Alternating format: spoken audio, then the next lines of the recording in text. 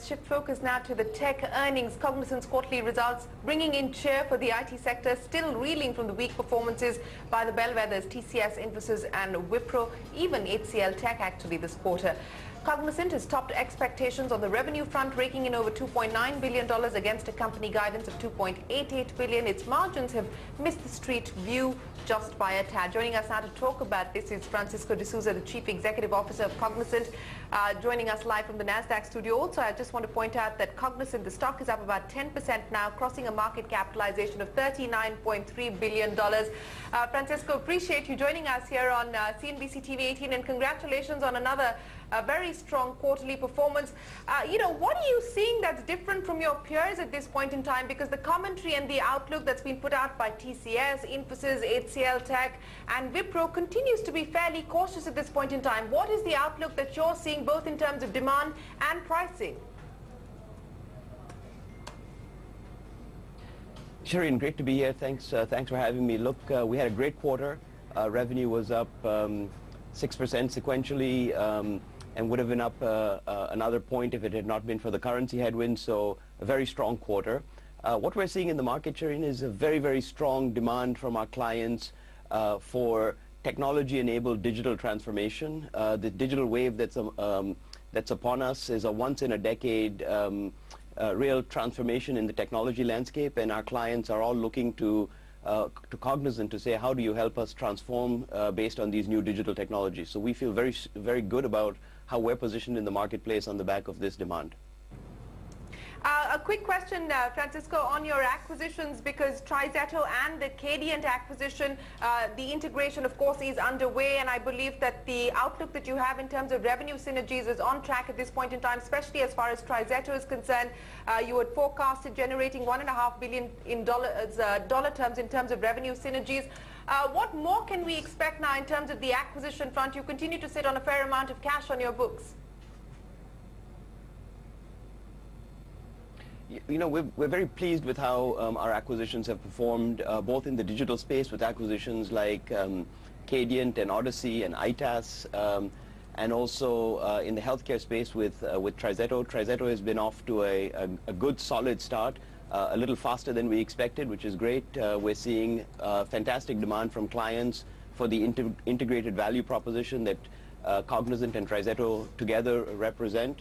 So we feel very good about the acquisitions that we've done in the recent past and their ability to really add value for our clients and for our shareholders.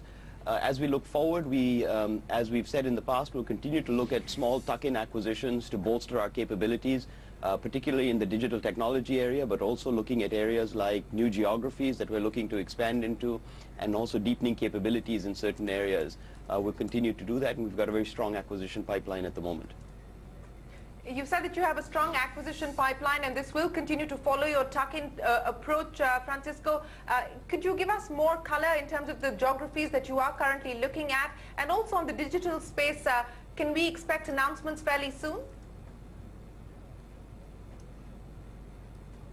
We have a pipeline at all times of acquisitions that we look at. We look at, as I said, new technologies, particularly at this point in the digital space. We're looking at new geographies across Asia. We're looking at Latin America at this point in terms of our geographical footprint that we want to bolster.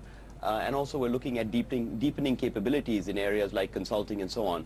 And so that pipeline continues to be strong, robust, as it's always been. We're always looking at candidates that make sense for the company. And I expect that over the course of this year, you'll see us doing a couple of additional acquisitions in the small tuck-in category. Okay, you're saying a couple of additional acquisitions in this year. Francisco, a quick word as far as the margins are concerned, because I understand that pricing has been relatively stable for you, but what is the outlook on the margins front? Because that, I can't even call it a disappointment, but that's the only place where you missed the street's expectations or estimates. Well, our operating margin for the quarter, our non-GAAP operating margin for the quarter was within our target range of 19 to 20%. In fact, it was at the high end of our range. We outperformed our EPS guidance and actually took our full year EPS, non-GAAP EPS guidance up by 2 cents a share. So we feel very comfortable with where we are on margins at this point. We feel like we can deliver the full year within Cognizant's target operating margin of 19 to 20% on a non-GAAP basis. So, overall, we feel like we can make the investments that we need to make in the business to grow the business and still deliver the 19 to 20% operating margin. Could you do better than the guidance? Because, you've upped your guidance to reflect the overperformance during the first quarter, Francisco, but on the back of the acquisitions or the potential acquisitions that you're looking at and also the demand environment, do you believe that maybe there is room for you to actually better?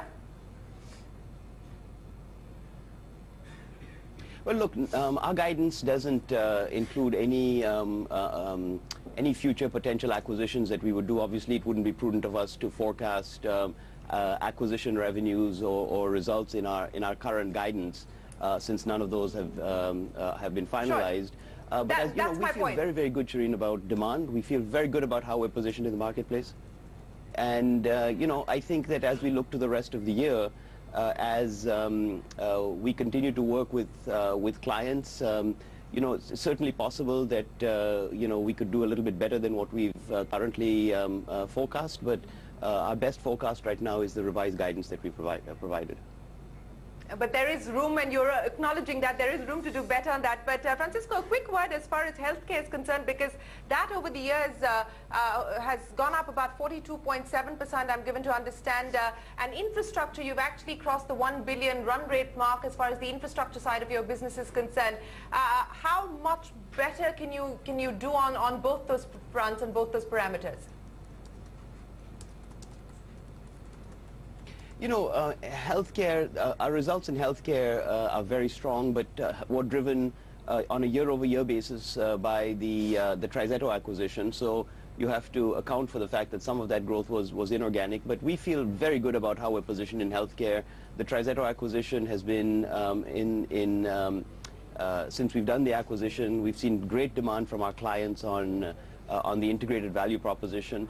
And on the infrastructure side, Shireen, we've said for some time that the services like infrastructure management, like business process services, like our business consulting services, each of those has the potential, we think, to be a multi-billion-dollar opportunity for Cognizant. I'm very happy that infrastructure services crossed the $1 billion revenue run rate mark in the quarter. We think that has significant additional upside, as do the other service offerings like business process services and our consulting business. In terms of headwinds, Francisco, besides the currency challenge, what else would you regard as risks at this point in time? I would say that we are in a once-in-a-decade shift in the technology landscape. We feel that we are very, very well positioned as that technology landscape change unfolds. And I think that our opportunity is to continue to make sure that we're making the right investments to continue to capitalize on that opportunity. All right, Francisco, we'll have to leave you. Appreciate you joining us here on India Business Hour. Congratulations once again for another stellar performance this quarter from Cognizant. The stock, as I pointed out, up by almost 10%, crossing the $39 billion mark in terms of market capitalization. I think that's more than...